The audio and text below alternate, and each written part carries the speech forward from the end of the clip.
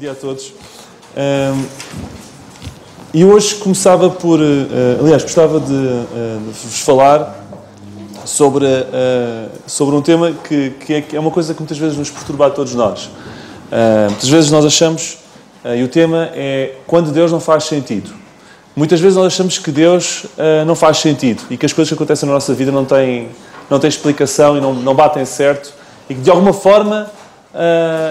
se calhar se fôssemos nós Deus, entre aspas, isto é um bocadinho complicado de se dizer, mas vamos reduzir às nossas limitações, que já teríamos feito tudo de forma diferente.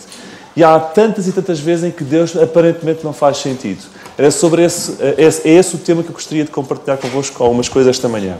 Eu gostava de vos contar uma história que aconteceu. Eu vou-vos ler uma parte de um trecho de um livro em que essa história está evidente. E eu vou começar por ler assim. Só um segundo. Chuck Fry tinha 17 anos. Era um rapaz brilhante, bastante inteligente e motivado. Depois de terminar o segundo grau, como um dos melhores alunos da turma, ele foi para a universidade, onde continuou a brilhar nos estudos. Após receber o seu diploma de bacharel em ciências, ele se inscreveu como candidato em várias escolas de medicina. A disputa para a admissão às escolas de medicina foi, e é feroz. Naquela época eu era professor da Faculdade de Medicina da Universidade do Sul da Califórnia. Esta pessoa era o James Dobson, está a falar de um rapaz. Onde somente 106 entre os 6.000 candidatos eram aceitos como alunos. Era uma situação típica das escolas de medicina daquela época. A despeito dos obstáculos desse porte, Chuck foi aceito na Faculdade de Medicina do Arizona e começou o seu treinamento médico. Durante o primeiro ano, Chuck começou a pensar no chamado de Deus para a sua vida. Ele começou a pensar em deixar de lado a medicina de alta tecnologia, que seria mais lucrativa, em benefício de algo que pudesse usar num campo missionário no estrangeiro. Isto acabou tornando-se sendo o seu plano definitivo para o futuro. No entanto, no final do seu primeiro ano de estudos, Chuck não se estava sentindo muito bem.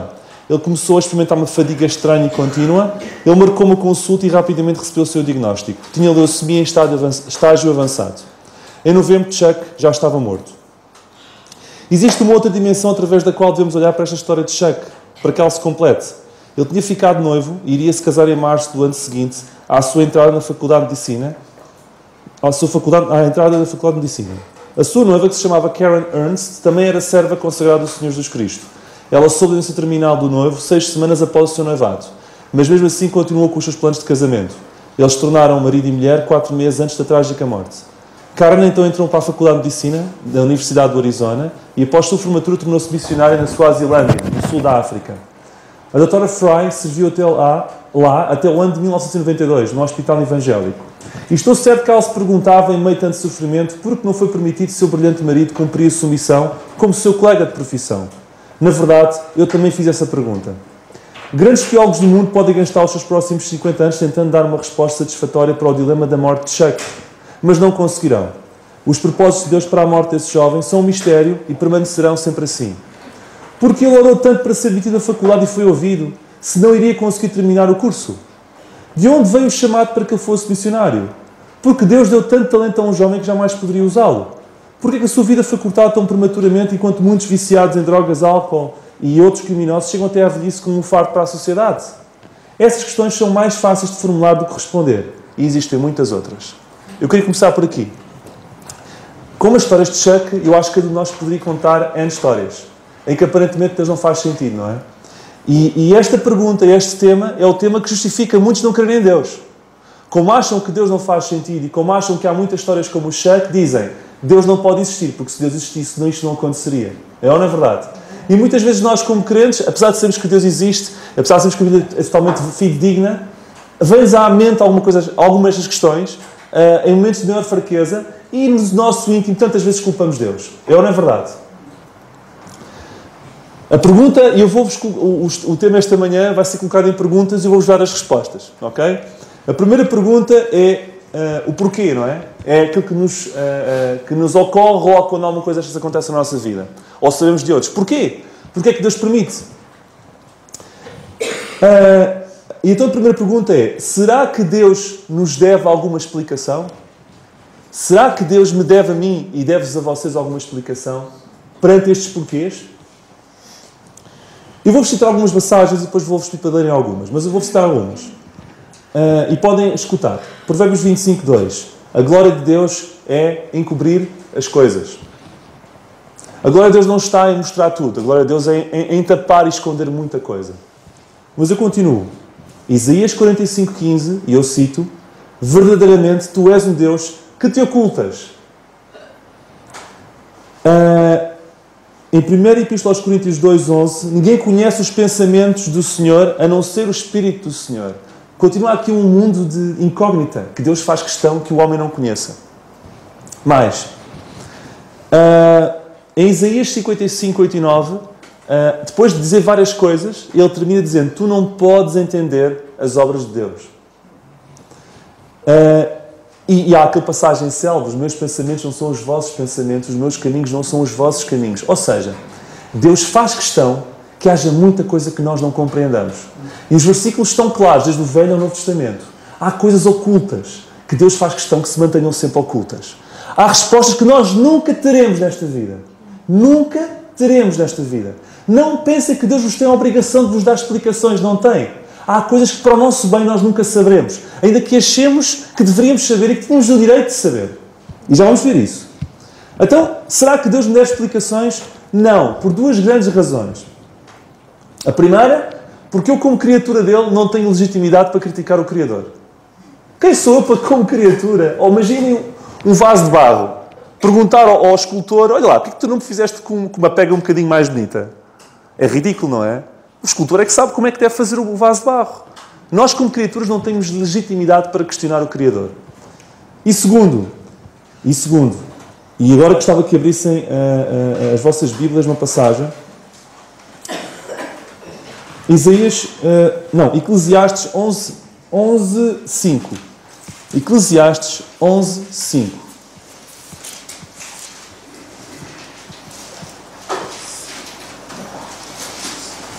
Vocês vão para o meio da Bíblia, abrem o livro dos Salmos e depois andam um bocadinho para a frente devagarinho. Encontram Provérbios, depois Eclesiastes. Eclesiastes 11:5. Assim como tu não sabes qual o caminho do vento, nem como se formam os ossos do ventre da que está grávida, assim também não sabes, ou noutras traduções, não compreendes, ou não percebes as obras de Deus que faz todas as coisas. Ok? Portanto, quem somos nós que não percebemos tanta coisa que está à nossa volta, queremos perceber muitas vezes coisas complexas, ou porque é que não acontecem? A Bíblia diz claramente, e este é o segundo motivo pelo qual não temos jeito de criticar a Deus. Primeiro, porque somos criaturas e Deus sabe o que é melhor para nós porque é o nosso Criador. E segundo, porque mesmo que Ele nos contasse, nós não entenderíamos. Não sei o que diga a Bíblia. Ele diz assim: olha, tu não percebes isto, tu não percebes isto, tu não percebes isto, tu não percebes isto, tanta coisa que tu não percebes, e depois termina dizendo: sabes, eu não te digo mais porque tu nunca compreenderias. E nós acharemos sempre: não, calma lá, se tu me dissesse eu ia compreender. Não é verdade. Porque se calhar havia variáveis que nós não íamos conseguir na totalidade de compreender, que iriam ser úteis para explicar porque aquilo aconteceu. Ou porque é que está a acontecer aquilo. Nós não sabemos as coisas. E Deus não nos diz tudo também, porque Ele não quer dizer, e Ele é Deus, e só saberemos o porquê quando chegarmos lá acima. Se estavam à espera que Ele explicasse tudo, hoje estão enganados. Eu não tenho as respostas todas para vocês. Mas há muita coisa que eu sei que Ele vai explicar depois. Ou grande parte das coisas. E já vamos ler mais sobre isso. Mas mesmo que Ele nos explicasse algumas das coisas, nós não conseguiríamos compreender grande parte delas. Portanto, será que Deus nos deve explicações? Não, por estas duas razões. É arrogante pensarmos que temos condições para compreender Deus. Isto é similar a Isto é um exemplo um bocado pobre que me recordei. Pedir a um caracol para perceber como é que o ser humano funciona. Estão a ver? Isto é um bocadinho redutor. É ridículo. Como é que nós, seres tão insignificantes, podemos dar ao luxo de querer questionar Deus e querer compreender aquilo que Deus nos explica? Como se a linguagem que Deus utiliza para explicar alguma coisa fosse de fácil acesso. É verdade que a Bíblia se tornou acessível porque Deus a tornou propositadamente acessível, com uma linguagem que nós entendêssemos. Mas há tanta coisa que Ele não está aqui. E mesmo na nossa vida prática, tanta coisa que Ele tem para nos explicar quando chegarmos lá ao céu. Tanta coisa. Há uma passagem que vocês conhecem muito bem, que tem em Romanos 11:33 e que termina dizendo: os seus caminhos são inescrutáveis. Sabem que as inescrutáveis não se conseguem desvendar. Nós achamos que o ser humano gosta das respostas hoje e depressa. Aliás, para ontem, depressa e, se possível, favoráveis àquilo que nós queremos. Deixem-me dizer-vos que os caminhos de Deus tantas e tantas vezes não são perceptíveis. Não se percebem, lá está. Por isso é que mesmo que Ele quisesse nos explicar, nós teríamos dificuldade em entender. Inescrutáveis é isso. A nossa mente não consegue compreender tudo. Por isso é que há histórias como o Chuck, que nós nunca teremos resposta, porque mesmo que Deus se desse ao trabalho, que não tinha obrigação de nos explicar, nós provavelmente nunca entenderíamos. Portanto, a menos que Deus se queira explicar, o que não faz com tanta frequência assim, a sua motivação e propósitos estão para além do nosso alcance. Há outra passagem que eu cito, que está em Coríntios 13, 12, primeira epístola, e eu cito. Paulo disse, agora conheço em parte, mas então conhecerei plenamente. Paulo. Portanto, mesmo Paulo orou por 3 vezes para ser passado o espinho da carne e aquilo não passou. Ele podia dizer, bolas, Deus, eu ando aqui a servir-te. Eu precisava, se calhar, o espinho da carne tudo indica que pudesse ser um problema de visão, mas não tenho a certeza. Eu precisava dos meus olhos para poder fazer um trabalho para ti melhor. E tu não dás respostas, tu ajuda-me, por favor. E ele não teve respostas. Ele disse, quanto a isso e quanto a uma série de outras coisas, eu conheço agora um pouquinho. Mas o que é importante verdadeiramente, a quantidade toda, eu vou conhecer no outro lado. E é essa um pouco a atitude que nós devemos ter. Portanto, Deus não me deve, nem te deve explicação. E mesmo que explicasse, nós não entenderíamos muita coisa. Os seus caminhos são inescrutáveis. Segunda pergunta, a qual vocês merecem uma resposta. Será que o plano de Deus para nós é assim tão maravilhoso? Eu estou a colocar perguntas que tocam na ferida mesmo, que é para a gente sair daqui seguros. Será que o plano de Deus para nós, se eu não posso ter acesso às respostas que eu tanto quero, até que ponto é que o plano de Deus que Deus tem para mim é assim tão fantástico? Será que é? Ouvimos tantas vezes, Deus tem um plano para ti. Deus tem um plano, parece uma coisa assim estratosférica, não é? Deus tem um plano guardado de 7 chaves a algum lado. Mas onde é que está esse plano? Onde é que eu posso ir buscá-lo? E que é maravilhoso. Mas depois quando começam os problemas, mas bolas, eu não vejo o plano e também não me parece maravilhoso. Bom, eu vou já antecipar a resposta. E depois vou explicar. Deus tem um plano. Sim, Ele tem um plano. Mas nem sempre o compreenderemos. E nem sempre o acharemos maravilhoso. E muitas vezes só perceberemos o quão ele de facto era maravilhoso quando chegámos ao outro lado. Mas isso não implica que o seu plano não seja maravilhoso para nós. Por exemplo, para algumas pessoas como a Johnny Tada, que ficou tetraplégica quando caiu de uma ravina, e ela ficou assim o resto da vida, o plano de Deus também era maravilhoso. No entanto, para os olhos humanos não era maravilhoso. E quem disse que era maravilhoso foi ela própria. Não fui eu que digo, porque era muita usurpação e muita arrogância da minha parte dizer que ela tinha um plano maravilhoso. Infelizmente, eu nunca enfim, é uma situação, só saberá quem está naquele lugar. Mas ela própria disse que o plano que Deus lhe deu foi maravilhoso. Por exemplo, o que dizer de Jeremias quando foi lançado num calabouço escuro e de tantos outros heróis da fé que tiveram momentos complicados. E depois nós lemos uma passagem como Romanos 8:28, eu cito, todas as coisas contribuem para o bem daqueles que amam a Deus. Ou seja, a Bíblia diz que, ok, tu vais ter dificuldades, tu vais ter momentos muito difíceis, tu não vais ter as respostas todas, mas o que é que tu sabes de uma coisa? Tudo isso acontece para o teu bem. A atitude que nós devemos ter agora é, vou questionar mais Deus, vou criticar mais Deus, ou vou aceitar isso como uma coisa que eu um dia mais tarde vou esclarecer com Ele. Epá, arranjem um bloco de notas para Deus na eternidade. A sério. Em vez de estar a questionar Deus tantas vezes, faça um bloco. Olha, Deus, não há 3 anos atrás passou-se isto, eu nunca percebi. Olha, não sei se vou perceber um dia. Zás. 2, zás. Quando chegar à eternidade, Deus, olha, está aqui o bloco de notas. Explica-me lá isto, porque eu lá na Terra não percebi nada. Arranjem um bloco de notas, mas não se martirizem a ter respostas, a não ser que Deus vos queira revelar, porque não é suposto nós termos as respostas todas. Não é suposto. E cristianismo que ensina que Deus dá as respostas todas é um cristianismo erróneo. Porque eu citei a Bíblia, que a glória a Deus é encobrir as coisas. E que os caminhos dele são inescrutáveis. Há muita coisa que nós não teremos a resposta. Talvez assim ajude-nos a compreender o dilema muitas vezes do sofrimento. Portanto, o plano de Deus existe, é maravilhoso, mas nem sempre o compreenderemos. Outra questão. Então Deus não faz questão que entendamos muita coisa. Então isso quer dizer que Ele move-nos como um jogo de xadrez e é insensível para connosco? Imaginem aquele Deus lá em cima a mover-nos apenas como peças num jogo de xadrez. de forma totalmente insensível para connosco? Deixem-me já antecipar aqui algumas respostas. Toda a Bíblia reafirma uma coisa, que Deus nos ama. Desde o Velho Testamento até ao Novo Testamento. Eu vou citar alguns versículos. Um Deus insensível.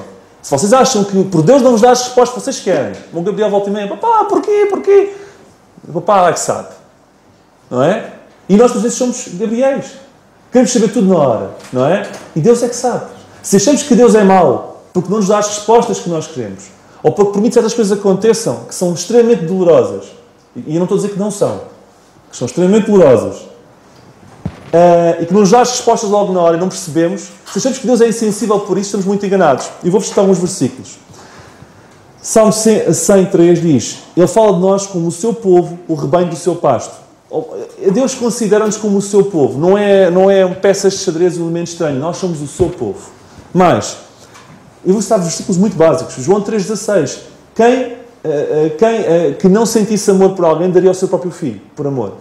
Não é? João 3,16 fala que o Senhor, Deus, deu o seu Filho unigênito para todo aquele que não querer, não pareça, mas tenha a vida eterna. Portanto, amor ao máximo.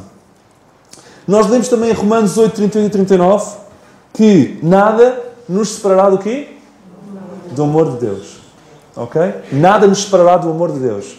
E, portanto, acham que Deus é assim tão insensível?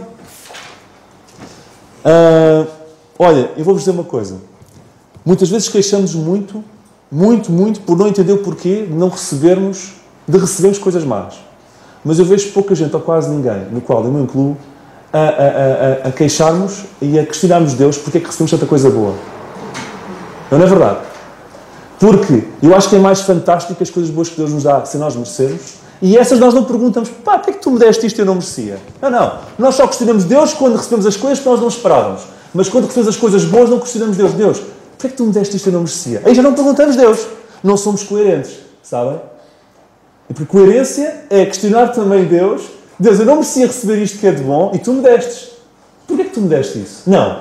Mas quando recebemos uma coisa que não esperamos, já questionamos Deus. Deus, eu não esperava isto que tu me destes. Tu és mesmo Deus malvado. Bolas, porquê é que tu me deste isto?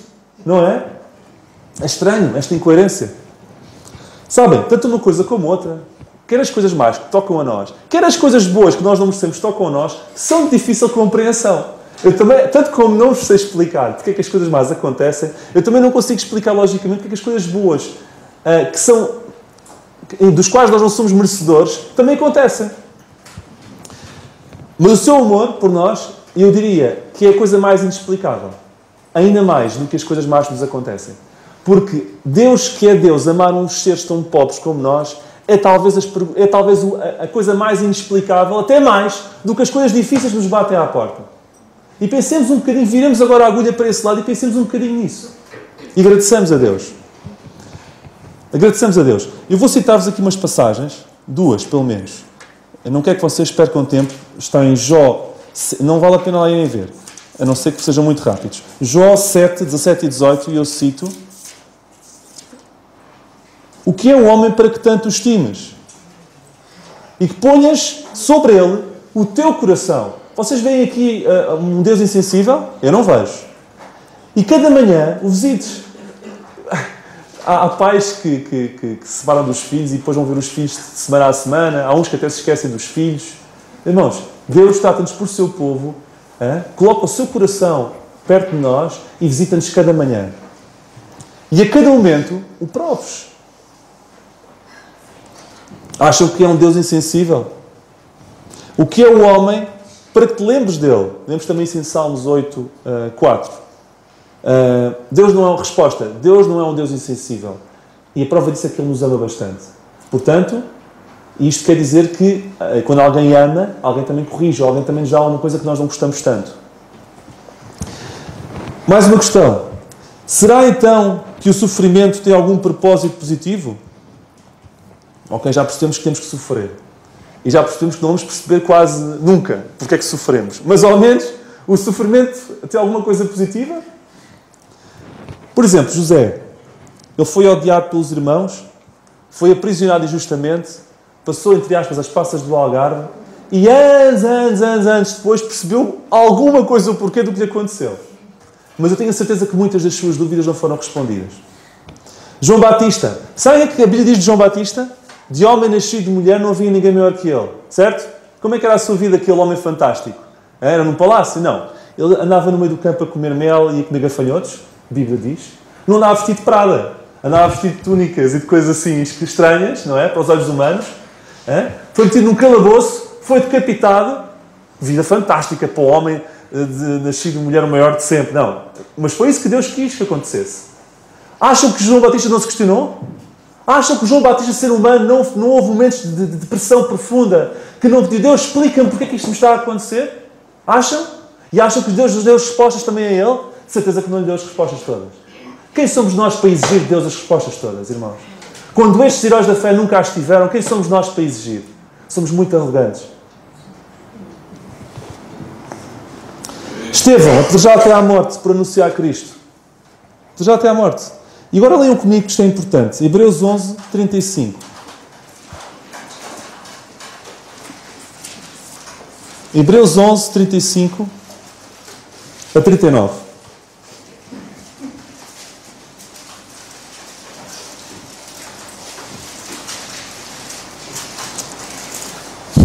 As mulheres receberam pela ressurreição os seus mortos. Uns foram torturados, não aceitando o seu livramento, para alcançar uma melhor ressurreição. Outros experimentaram escárnios e açoites e até cadeias e prisões. Isto está a falar sobre os heróis da fé e os sofrimentos que estes heróis da fé tiveram. Foram apedrejados, serrados, tentados, mortos ao fio da espada. Andaram vestidos de peles de ovelhas e de cabras. Desamparados, aflitos, maltratados, dos quais o mundo, apesar de tudo isso, o mundo não era digno deles. Errantes pelos desertos e montes e pelas covas e cavernas da terra. Acham que esta gente não tinha dúvidas? E todos estes, tendo tido testemunho da promessa, testemunho pela fé, não alcançaram a promessa. Sabe o que isto quer dizer? Todos estes, dos quais o mundo não era digno, tiveram carradas de perguntas que não tiveram respostas, porque não alcançaram a promessa. Só viram o porquê de tanta coisa no outro lado, quando chegaram ao pé de Deus. Estes heróis da fé. Então o que é que os mantinha? A sua fé. E já vamos ver no final algumas dicas, quatro dicas simples para lidar em momentos de sofrimento, com incerteza e com dúvidas. Eu já vou terminar com isso daqui a bocadinho. Isto da vida cristã ser um mar de rosas, deixa-me dizer-vos que é uma utopia. E quem ensina isso está a ensinar qualquer coisa, mas não está a ensinar a vida cristã. E eu cito-vos uma passagem que está em 1 Epístola de Pedro, 4, 12 e 13. Amados, não estranheis o quê? A vida boa que Deus tem para vocês? Não. A ardente prova que vem sobre vós. Não é prova normal, é prova ardente. Para vos tentar como se coisa estranha vos acontecesse. Mas alegrai-vos no facto de seres participantes das aflições de Cristo, para que também na revelação da sua glória, não é agora aqui, na revelação da sua glória, vos regozijeis e alegreis. Sabem que Deus faz tudo pensando a médio prazo e a longo prazo. Nós vivemos pensando tudo a curto prazo, queremos tudo já. Mas a vida é isto, a eternidade é como daqui até Lisboa e voltar, e Lisboa e voltar, e Lisboa e voltar. O que importa, de facto, é o depois. Se Deus nos diz que isto tudo acontece por um propósito, para que nós fiquemos melhor no outro lado, ou para vermos depois o peso de glória, vamos imaginar, eu não sei, mas vamos imaginar que mesmo uma doença, uma morte, sei lá o que for, produz noutros que nós nunca saberemos, só quando chegarmos à glória, um efeito positivo que os pode levar a converter. Se sabemos que o valor de uma alma vale mais do que o mundo inteiro, será que não valeu a pena? Eu estou a ser um bocadinho, se calhar, cruel, porque se nos batesse à porta, se calhar nós morreríamos a achar que não valeria a pena. Mas as nossas mentes também mudam, ganham outra perspectiva quando chegam ao céu. Isto é um assunto difícil de falar, porque todos nós temos telhados de vidro. E todos nós, a dor pode bater à porta a qualquer momento. Temos é que orar a todos nós para que nos possamos ser fortes quando ela bater à porta, para nos levantarmos rapidamente. Não culpar Deus e seguir em frente. Então estamos destinados a viver deprimidos? Não estranheis a ardente prova que vem sobre vós, não é? Epá, ardente prova. Bolas. Há pessoas que nunca saem da ardente prova. Estamos destinados a viver deprimidos? Será? Leiam comigo Filipenses, por favor, 4 a 7. E é a última passagem que eu vos vou pedir para ler. Filipenses 4. Esta carta aos Filipenses é uma carta em que Paulo está a passar um mau bocado, está na prisão, ele não está num palácio. E, portanto, o que ele vai dizer aqui é da sua experiência pessoal. No meio da dor ele diz isto: regozijai-vos sempre no Senhor. Outra vez digo, regozijai-vos. Seja a vossa equidade notória a todos os homens. Perto está o Senhor. Não estejais inquietos por coisa alguma. Antes as vossas petições sejam em tudo conhecidas diante de Deus, pela oração e súplica com a ação de graças. E a paz de Deus, que excede todo entendimento, guardará os vossos corações e os vossos sentimentos em Cristo. Eu gosto desta passagem porquê? Porque faz uma pergunta e dá as respostas. Ele diz assim, vão passar um mau bocado, mas dá aqui também o antídoto para nós podermos resistir no meio da dificuldade. E é com esta passagem que eu vou-vos dar 4 dicas para terminar. Portanto, mais uma pergunta e última. Qual é o segredo para ultrapassar momentos de dúvida ou momentos de dificuldade? Nesta passagem nós lemos no versículo 6, vossas petições sejam em tudo conhecidas diante de Deus. A primeira coisa que temos de fazer quando estamos no buraco, no poço, é orar. Não pensem que Deus nos vai ajudar se nós não falarmos com Ele. Se estamos no buraco, estamos no poço, temos que orar. Não fiquemos revoltados contra Deus ao ponto de não falarmos com Ele. Porque se Ele é a única entidade que nos pode ajudar a sair do buraco, é com Ele que temos que falar. Não é? Agora imaginem-se dentro de um elevador. E o elevador para. Nunca me aconteceu, felizmente. Não sei se aqui alguém já aconteceu. Não é bom ter lá o telefonezinho lá para carregar e falar com os indivíduos? É ou não é? Não, mas eu vou saber. Eu vou arranjar a forma de sair daqui. Mas aquilo não cai, não é? Eu ajeitou-se como sou e acho que rebentava aquilo tudo. Estamos no elevador, o elevador está com problemas, estamos parados ali, nós temos que ligar para a pessoa certa, que é o telefone de apoio lá da marca XPTO. E supostamente, se tudo estiver a correr bem, alguém há de falar connosco e vai-nos ajudar. Estamos no buraco, estamos com a vontade de criticar Deus, mesmo assim, achamos que não é justo e queremos fazer as coisas à nossa maneira, sem falar com Deus. É tão louco como estar no elevador e sem falar com ninguém. Ficamos ali o dia todo. Segunda dica. Temos aqui no versículo 7. Versículo 6. A ação de graças. A ação de graças. Esta é a coisa mais difícil. Que é nós vermos no meio da dificuldade alguma coisa para agradecer. Eu vou-vos ser franco. Eu acho que isto muitas vezes só se consegue fazer passado algum tempo. Porque a curto prazo não dá vontade de agradecer nada. E dizer outra coisa é ser hipócrita. Dizer assim, perante a dificuldade vou agradecer. Perante a dificuldade eu vou chorar, vou mandar para o chão. Não dá vontade de agradecer. Mas temos que perceber isto, a Bíblia diz isto, que todas as coisas acontecem para o nosso bem e devemos agradecer todas as coisas. Com a ação de graças. Não nos façamos de vítimas. Eu sou o pior, não acontece nada ao outro, a mim é que me acontece. Nem digamos perante Deus, e a Bíblia fala nisso, no ano passado, há 10 anos é que era bom. Agora, desde que aconteceu isto, a minha vida é uma desgraça. Não façam isso, porque estão a pôr em causa o plano de Deus para as vossas vidas. Orar, agradecer. 3. Versículo 8. Nisso pensai, termina, não é? Não pensai no quê? Em tudo o que é honesto, justo, puro, amável, boa fama, etc. Simplificando, no momento das dificuldades, ocupemos a nossa mente a pensar em coisas boas. Ocupemos a nossa mente com coisas boas. E a nossa mente se renovará e nós ganharemos forças que nós, porventura, não teríamos. É a recomendação que a Bíblia nos dá. Não fiquemos deprimidos a pensar só nas coisas negativas, deprimidos a falar com pessoas negativas e deprimidos a ver coisas negativas. Porque isso não ajuda. E para terminar, há uma passagem que durante muito tempo nunca percebi. Aquela passagem, não te estribes do teu próprio entendimento, que está no Velho Testamento. Aqui encaixa-se numa luva, que é o 4º ponto e 4ª dica. Sei que quer dizer não te estribes no teu próprio entendimento. A palavra estribes é uma coisa que a gente não usa no dia-a-dia, não é? Tu não te estribes disso. A pessoa fica assim, o quê? Não te estribes do teu próprio entendimento quer dizer. Vou-vos explicar. Guardem a bateria de perguntas para depois. Não estribes do próprio entendimento é nós queremos perceber tudo, queremos achar que o nosso entendimento é capaz de dar as respostas todas e não é. Perante as dificuldades, acalmem a nossa cabecinha, acalmem a vossa cabecinha. Não procurem as respostas. Não perguntem a Deus sempre de manhã à noite porquê. Guardem. Bloco de notas para a eternidade. Não se esqueçam, é? Comecem a escrever. Está bem? E nunca se esqueçam que as perguntas que tivemos aqui têm as respostas e ele tem as respostas para tudo. Eu vou só sintetizar. Será que Deus me deve explicações? Não. Por 2 razões. não tenho legitimidade como criatura de Deus, Criador. E segundo, mesmo que Ele me explicasse, eu não entenderia muita coisa, porque os seus caminhos são inescrutáveis. Depois, será que o plano de Deus para nós é assim tão maravilhoso? É. Muitas vezes não o achamos, mas isso não quer dizer que não o seja. Terceira pergunta. Deus, o facto de não me dar as respostas, isso quer dizer que Ele anda comigo como um joguete nesta vida? Não, porque Ele prova no princípio e ao fim da Bíblia que nos ama. Será que o sofrimento tem algum propósito positivo? Tem. Torna-nos mais fortes. A tribulação produz a paciência, pacientes, e torna-nos mais ricos na glória. Pois, mas não é cá, não é? A gente queria que fosse cá. Temos pena. É na glória. É na glória. Finalmente, qual é o segredo para viver o segredo? Isto eu não gosto muito destes chavões, porque dá um ar que está tudo feito e que é tudo muito fácil. Não é fácil. São apenas dicas, atenção.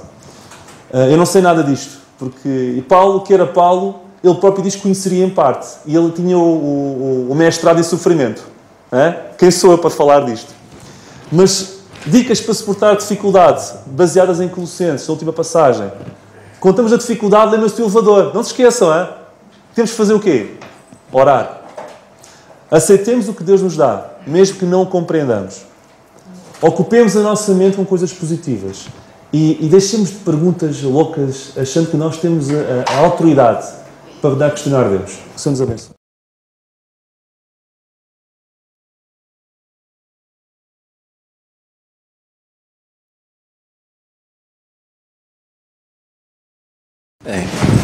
Nosso Deus é sempre bom.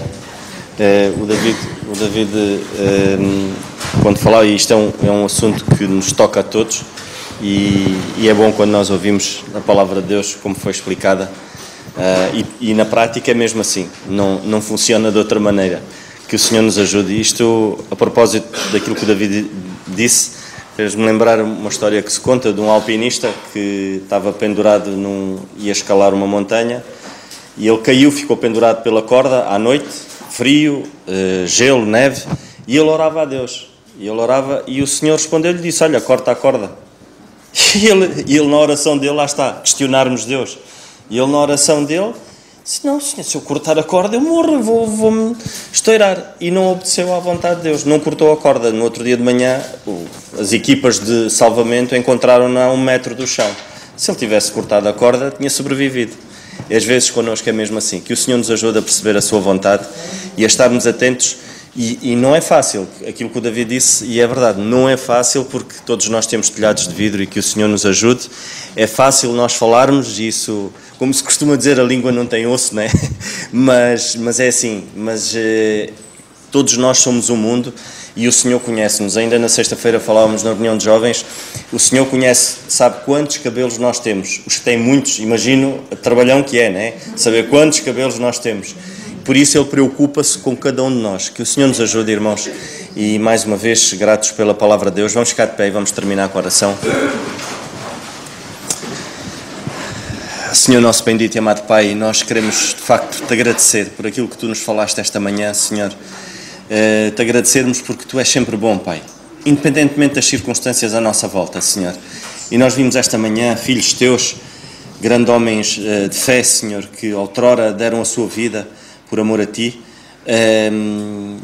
A vida deles, Senhor, de facto, não foi fácil aos nossos olhos, e pensamos tantas vezes que o que é bom é vivermos uma vida sossegada, sem problemas, e isso de facto é que é uma vida boa, mas não é isso que Tu dizes, Senhor.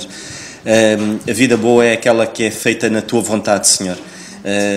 E isso implica muita coisa, Senhor, e que Tu nos ajudes a cada um de nós esta manhã a podermos ter a capacidade de levarmos perante Ti os nossos problemas e descansarmos em Ti, Senhor, para que aquela paz, Senhor, que excede todo o entendimento, possa habitar nos nossos corações.